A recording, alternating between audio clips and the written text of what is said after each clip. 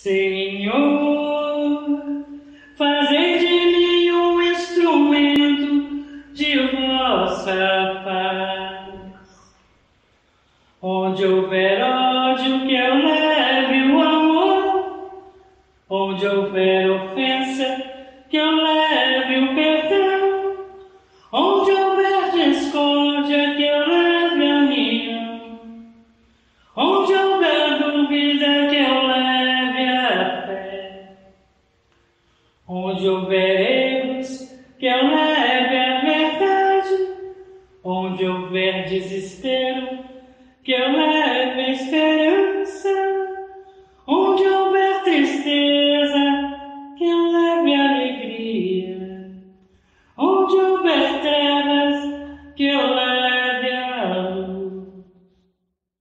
Ó Mestre, fazei com que eu te procure mais, consolar que ser consolado, compreender que ser compreendido, amar que ser amado, pois é dando que se recebe, é perdoando que se é perdoado, e é morrendo que se vive para a vida eterna.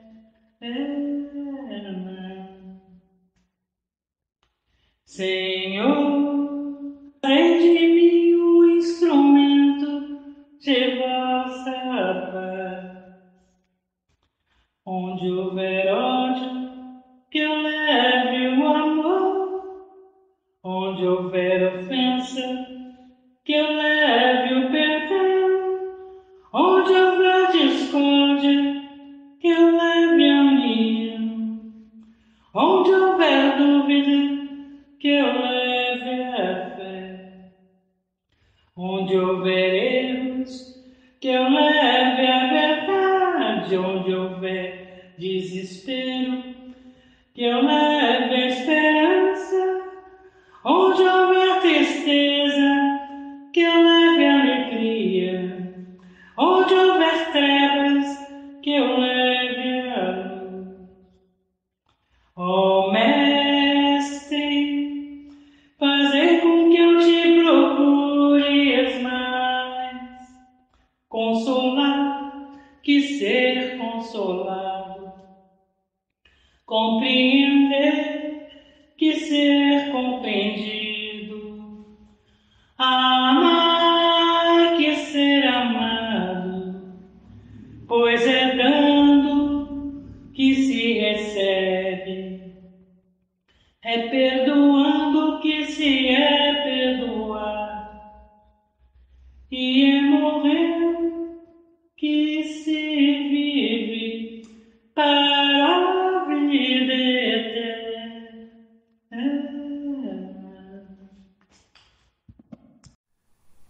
Oração de Bezerra de Menezes. Deus, nós te rogamos, Pai de infinita bondade e justiça, o auxílio de Jesus através de Bezerra de Menezes e suas legiões de companheiros. Que eles nos assistam, Senhor, consolando os aflitos, curando aqueles que se tornem merecedores, confortando aqueles que tiverem suas provas e expiações a passar, esclarecendo aos que desejarem conhecer a verdade e assistindo a todos que apelam ao teu infinito amor. Mestre Jesus, estende tuas mãos dadivosas em socorro daqueles que te reconhecem o dispenseiro fiel e prudente. Faze o divino modelo, através de tuas legiões consoladoras, de teus santos espíritos, a fim de que a fé se eleve, a esperança aumente, a bondade se expanda e o amor triunfe sobre todas as coisas.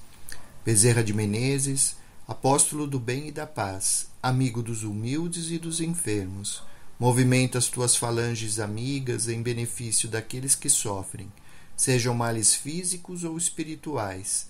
Bons espíritos, dignos obreiros do Senhor, ouvem nossas preces e derramai as curas sobre a humanidade sofredora, a fim de que as criaturas se tornem amigas da paz, do conhecimento, da harmonia e do perdão, semeando pelo mundo os divinos exemplos de Jesus Cristo. Assim seja.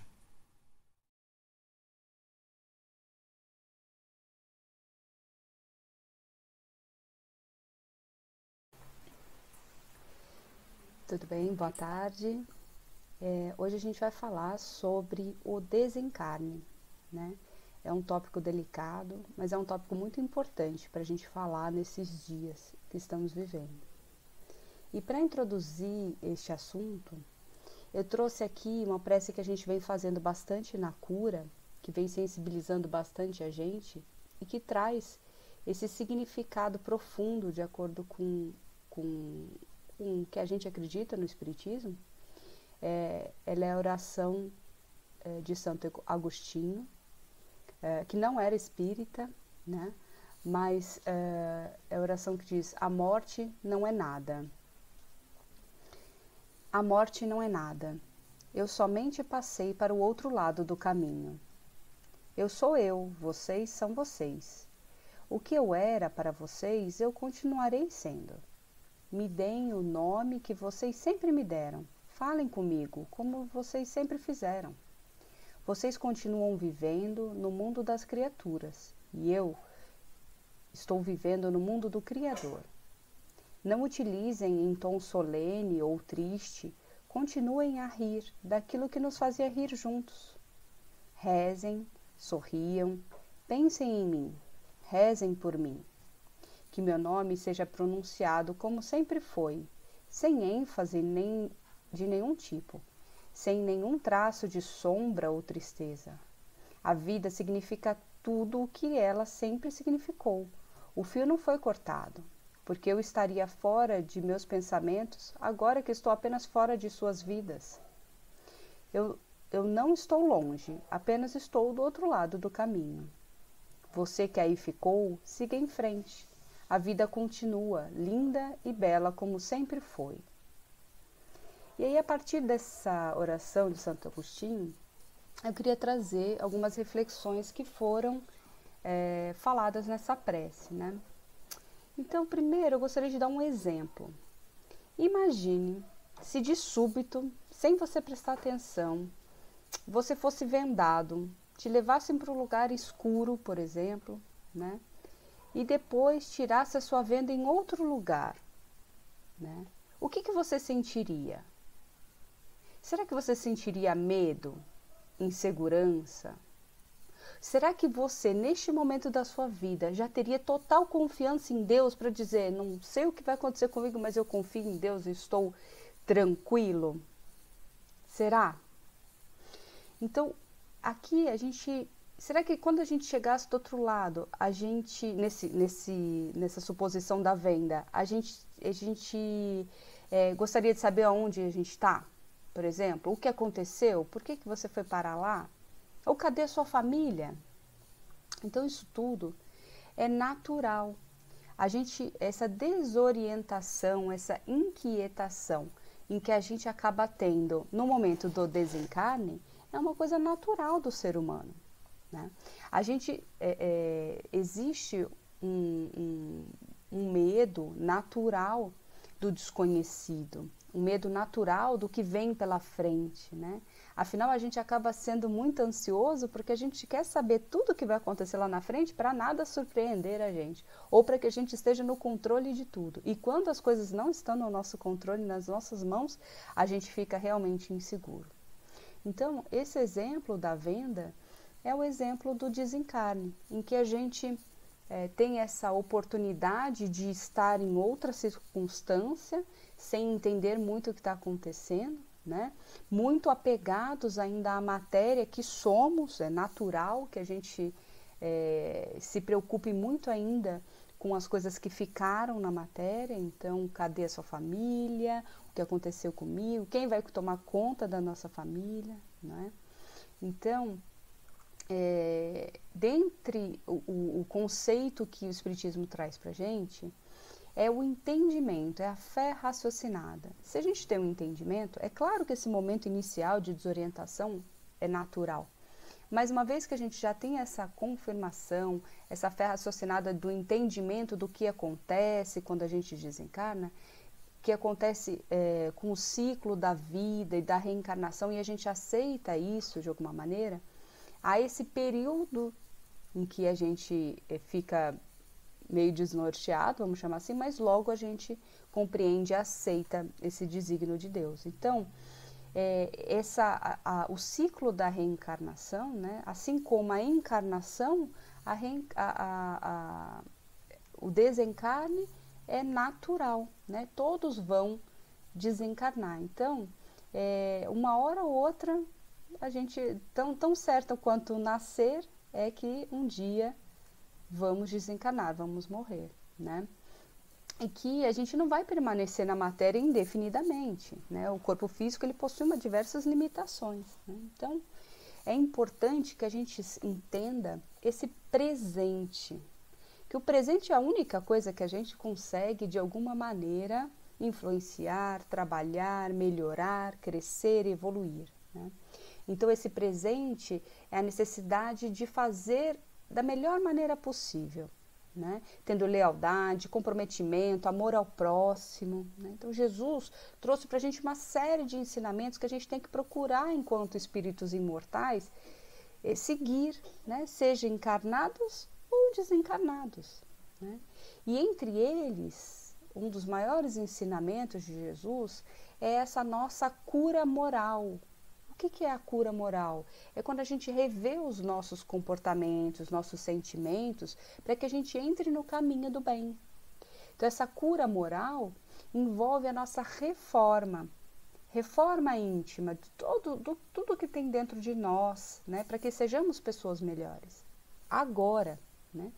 E isso vai ser melhor para o nosso espírito imortal. Não é só essa vida que conta. Se a gente melhora, se a gente adquire mais virtudes, se a gente diminui os nossos vícios, os nossos defeitos nessa vida, a gente também consegue levar isso para diversas outras vidas, né? Então, essa cura moral que a gente tem que obter antes de buscar até a cura física, né? Porque muitas coisas que a gente sente no nosso... a gente falou de diversas preleções aqui, que muitas coisas que nossos comportamentos, nossos sentimentos, que geram doenças para nós mesmos, né? Então, esse presente que tem que ser prestado atenção tem muito a ver com a nossa cura moral, né? E assim, se a gente está trabalhando, está no caminho da nossa cura moral, a gente consegue ser mais eficaz nos tratamentos também da cura física, né? Os mentores espirituais conseguem ajudar mais a gente, os bons espíritos, né? Eles vão conseguir chegar na gente melhor, quando a gente está menos anuviado com os erros e com sentimentos negativos, né? Então, o interessante é que às vezes a gente desencarnado tem até mais facilidade de se enxergar os seus defeitos, os seus erros e até de se redimir, né? Mais facilidade do que os encarnados, porque a gente consegue do outro lado, no plano espiritual, ver, né, mais fácil os nossos erros, né, com menos filtros, com menos máscaras, né, porque a gente tem aquelas máscaras de, não, eu sou bonzinho, eu não faço mal para ninguém, né, e a gente consegue se ver como a gente realmente é quando está desencarnado, né, sem nenhum tipo de fingimento, nada disso. E aí, essa compreensão, em primeiro lugar, é que Deus não erra, né, Deus não erra e que cada um tem a sua própria responsabilidade enquanto o seu corpo, esse empréstimo divino que é nosso corpo.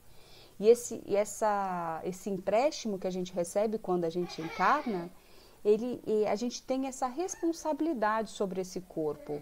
E a gente tem a capacidade também de atualizar a reprodução celular, de preservar, diminuir e aumentar também o nosso capital de vida orgânica. Então, a gente tem essa possibilidade de viver mais, sim, né? Ou viver menos, né? Então, essa conjunção de fatores é que vai determinar quanto tempo a gente vai ficar na Terra, né? Compreendendo, então, o desencarne dessa maneira, não nos lastimando por ele, a gente vai conseguir ter um resultado melhor quando for acontecer conosco ou quando acontecer com os nossos queridos. Então, é importante que a gente tenha uma memória viva do desencarnado, até porque ele continua vivo. Então, neste processo, se a gente entende enquanto espírito imortal, a gente consegue continuar a comunicação, esse relacionamento, mesmo de outra maneira, mesmo que a gente não veja, mesmo que a gente não sinta, e a gente continua em contato com ele, não vê como um espírito morto no cemitério. No cemitério só tem os restos mortais dele. Então a gente precisa ver outras formas de se entender com a situação. Então, como que a gente pode melhor absorver o desencarne? Na verdade, a informação do desencarne. Primeiro, tem que ter paciência, compreendendo o desencarne como justiça do Criador. Ter a fé em Deus de que foi o melhor que poderia acontecer, mesmo que não seja aquilo que a gente queria. Segunda coisa importante, emitir pensamentos positivos, procurando lembrar daquele que partiu, que ele agora só se libertou da Terra, ele continuará vivo, ouvindo a nossa mensagem, interagindo até conosco, dentre as possibilidades vibratórias, é claro. E é um momento para a prece, não podemos esquecer da prece. Lembrar das coisas boas, positivas, é fazer um segundo olhar sobre os acontecimentos vividos em comum, mesmo aqueles difíceis, tristes e até mesmo rudes que a gente teve com as pessoas que foram, mas que serviram de base para nossa transformação em pessoas melhores. É lembrar que as pessoas, fazendo uma prece, agradecendo a Deus por eles terem estado no nosso caminho e fazer uma prece por eles, que eles melhores, que estejam bem. E eles sempre vão receber essa vibração de amor. É uma vibração de força, de fé, de coragem, né? E isso chega a eles. E por um tempo, quem se foi não pode vir aqui na Terra, porque ele está materialmente ausente da Terra e espiritualmente ele não consegue se adaptar à frequência da Terra, mas sim ele recebe a mensagem. E se a gente ama, a gente pode dizer mentalmente, dizer que ama. E nós podemos também orientá-lo a ter paciência nessa nova adaptação, que ele esteja bem, asseverando que ele transpôs esse pórtico da vida material para a espiritual, dizendo para ele, olha, você se foi, a gente está bem, né? Você pode partir para esse novo momento da sua vida, né?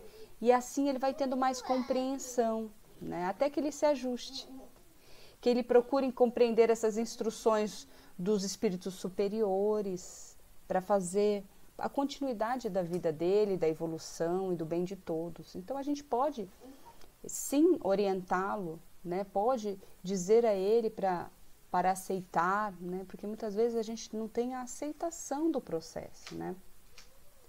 E esse pós-desencarne é um momento de construção mental, moral e espiritual do desencarnado, como também daqueles que permanecem encarnados.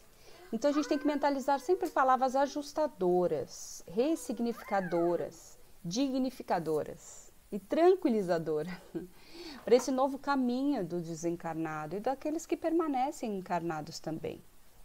Então, como funciona? Quando desencarna, rompe-se alguns plexos, né, o cerebral, o solar e o funcional, e o espírito, juntamente com o perispírito, se desliga do corpo físico. E esse desencarnado entra numa outra frequência, diferente da frequência da matéria. Então é transportado para um outro local. E chegando lá ele vai ser bem recebido. Só que é importante que eles estejam com um pouco mais de paz para enxergar essa ajuda, né? E alguns não têm noção que desencarnam. E eles ficam muito tempo imaginando que estão encarnados. Por isso que, em média, né, dependendo da evolução do espírito, o indivíduo fica de 10 a 15 dias imaginando ainda que está encarnado, que está melhorando, né?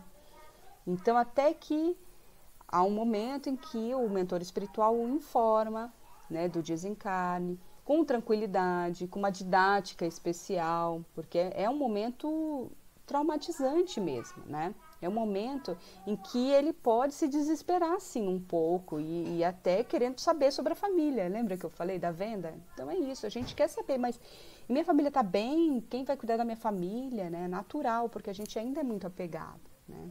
E aí esses espíritos, eles vão permitindo que enxergue os familiares aos poucos, devagar, né? E por isso que é importante que quem fique, os encarnados, estejam tranquilos, que não estejam se lastimando, sofrendo, né? Para não angustiar também o desencarnado, que nada mais pode fazer neste momento por nós, né? Então, quando ele vê que a gente está bem, ele se acalma e consegue seguir o caminho. Então, esse momento é muito importante que a gente dê esse apoio, né? O apoio de pode seguir, nós vamos ficar bem, não se preocupe, tá? E aí o desencarnado, ele vai se adaptando a esse novo estágio como desencarnado, percebendo cada vez mais a nova realidade, reaprendendo, porque lá é muito diferente, ele reaprende a falar, ele reaprende a andar, ele reaprende a se comunicar pelo pensamento, né? E ele não vai ter mais a dor física, mas ele pode ter dor moral, né? A dor moral é porque ele começa a enxergar, como eu tinha dito antes, que as coisas que ele fez aqui na Terra, que nem tudo foi da melhor maneira possível, por exemplo, né? Então, dependendo da sua conduta, e ele consegue enxergar as consequências disso, né? Então, por isso, é um momento que é dolorido, seja físico ou moral, né? Então, é importante que a gente ajude nesse processo, some. E essa soma tem a ver com a nossa inteligência emocional. A inteligência emocional de entender a saudade, de abraçar a tristeza e de ter muita fé em Deus, que Deus vai acolher e ajudar aqueles nossos queridos, né? Então, a gente está passando por esse momento delicado, com muitos desencarnes, e que precisamos também fazer a nossa parte, não só para os nossos queridos que se foram, ou preces também para aqueles que estão passando por essa dificuldade neste momento, né, mas também para todo mundo. Então não devemos esquecer de vibrar para o mundo inteiro que está passando por isso. Vibramos para aqueles que estão desencarnando, que estão desorientados, porque é tudo muito rápido. Vibrando por todos os familiares que ficam, que também como não conseguem nem se despedir. E essa, culturalmente, é um fator importante para todo mundo, essa despedida que hoje em dia nem está sendo possível, né? Então, que a gente vibre por todas essas famílias, né? Vibre por esses espíritos, vibre por quem fica e vibre por quem está cuidando de todo mundo, os médicos, hospitais. Então, essas vibrações são muitíssimo importantes para o plano espiritual. Então, vamos juntos, nos ajudando os nossos queridos e também todos aqueles que estão passando por situações semelhantes. É isso, graças a Deus.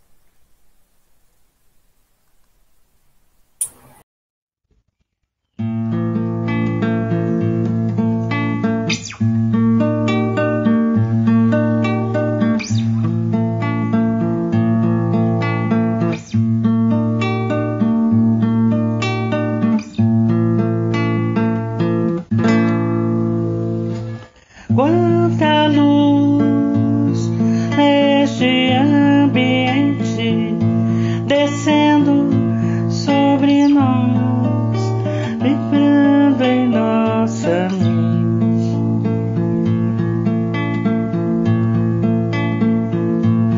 Quanta luz quando assim em prece minha alma cresce aos olhos de Jesus.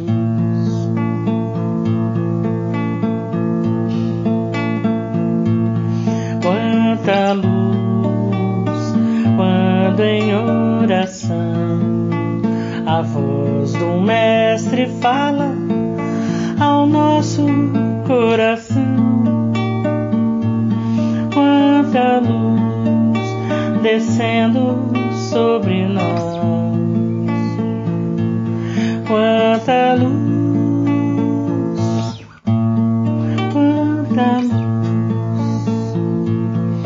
Quanta luz neste ambiente, descendo sobre nós, vibrando em nossa mente.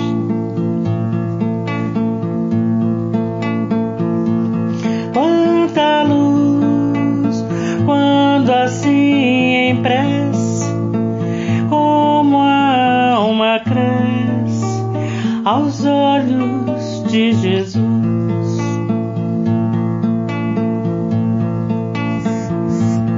Quanta luz, quando em oração a voz do Mestre fala ao nosso coração. Quanta luz descendo sobre nós. Quanta luz,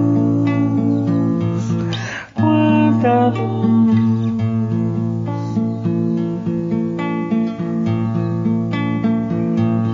Quanta luz neste ambiente, descendo sobre nós, vibrando em nossa mente.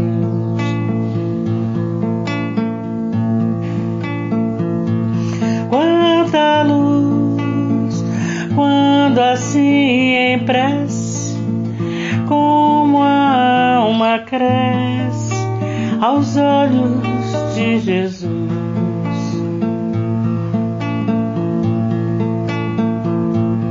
Quanta luz, quando em oração a voz do Mestre fala ao nosso coração.